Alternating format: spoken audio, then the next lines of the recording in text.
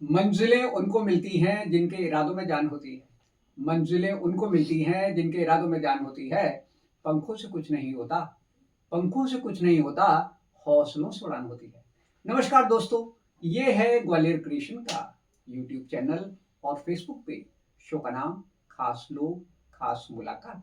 मेरा नाम प्रताप और आज के मेहमान का नाम शुभम शर्मा, जो है एक शोधकर्ता और इनका शोध स्वतंत्रता पूर्व सैन्य इतिहास के ऊपर केंद्रित है। तो आज हम इनसे बातें करेंगे। वीडियो अंत तक शेयर कीजिए, देखिए और जानिए बेहतरीन बातें सैन्य इतिहास के बारे में। और इसके पहले शुभम जी क्या कहते हैं वो मैं आपके साथ शेयर करता हूं।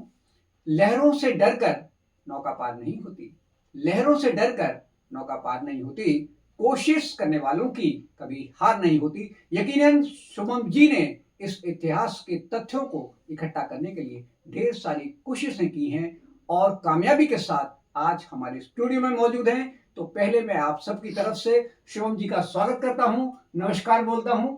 और अब अपना परिचय यानी पूरा परिचय हमारे साथियों को दीजिए। जन्म स्थान कहाँ रहा, है ना, स्कूल कॉलेज एजुकेशन बताइए जी।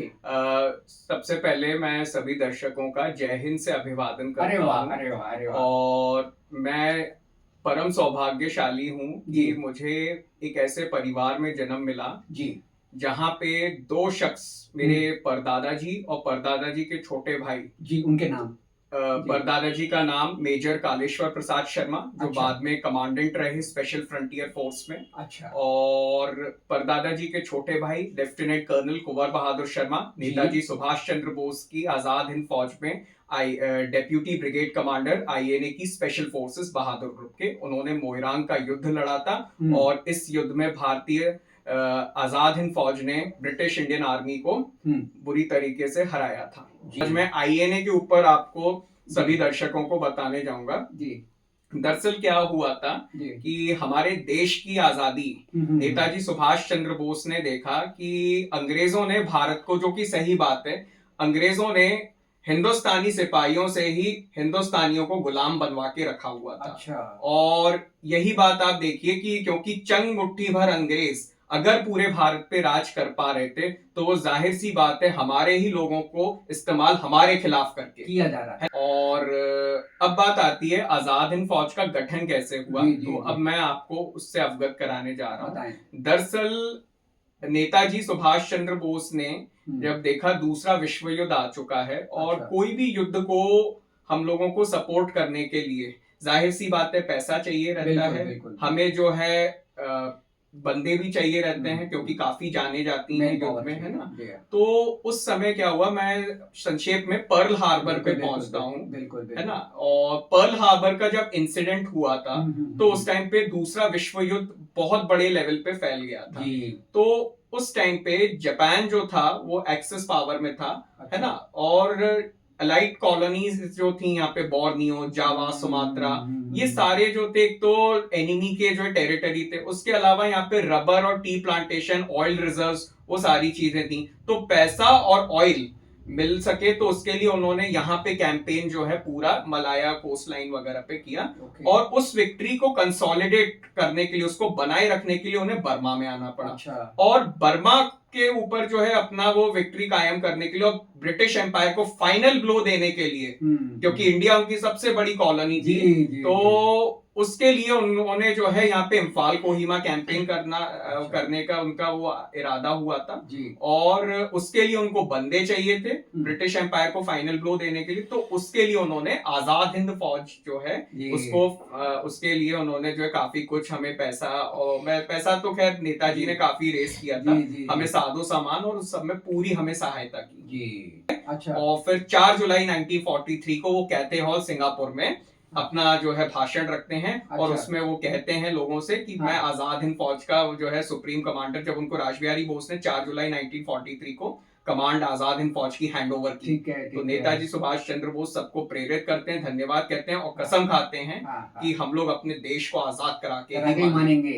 अच्छा। तो नेताजी एक स्टेप आगे जाते हैं और 21 अक्टूबर 1943 को अपनी आरजी हुकूमत आजाद हिंद का जो है अनाउंसमेंट कर देते हैं। आजाद हिंद फौज की अगर हम बात करें हाँ। तो कुल 60,000 की नफरी थी जब अच्छा। नेताजी ने इसका 21 अक्टूबर 1943 को अनाउंसमेंट किया। बिल्कुल, बिल्कुल। और इसको 3 डिवीजनों में नेताजी ने बांटा था। अच्छा। पहली डिवीजन के कमांडर थे मेजर जनरल जमन कियानी। अच्छा। दूसरी डिवीजन को रेस किया था मेजर जनरल एनएस भगत ने, अच्छा। जो इंडियन मिलिट्री एकेडमी देहरादून के पहले गोल्ड मेडल विनर थे, सैम मानेकशॉ के कोर्समेट थे। अच्छा, अच्छा। और उसके अलावा उनके छोटे भाई लेफ्टिनेंट जनरल पीएस भगत, उनको विक्टोरिया क्रॉस मिला था अपनी वीरता के लिए दूसरे विश्व युद्ध में। है ना। तो ये एनएस भगत साहब, मैं इनकी बात कर रहा था। इन्होंने सबसे पहले जो है सेकंड आईएनए डिवीजन रेस की। इनके बाद में फिर इसका चार्ज जो है मेजर जनरल अजीज अहमद खान, जो कपूरथला स्टेट फोर्सेस के थे, अच्छा। उनको दिया गया।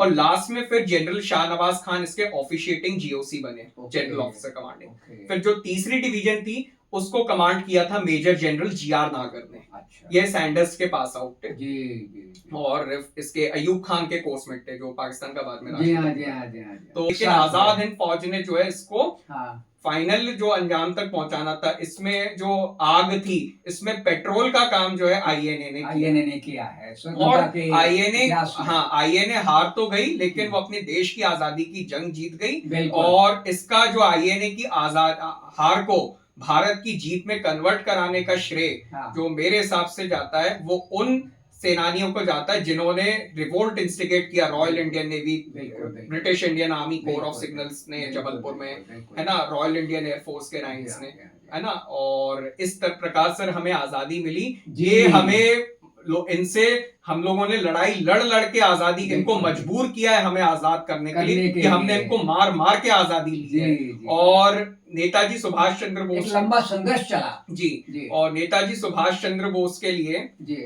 मेरे जो मन में विचार हैं वो ये हैं कि जो सूरज का तेज बढ़ाए ऐसा कोई सम्मान नहीं। अच्छा। जो सब कुछ देकर चला गया पर रत्ती भर अभिमान नहीं।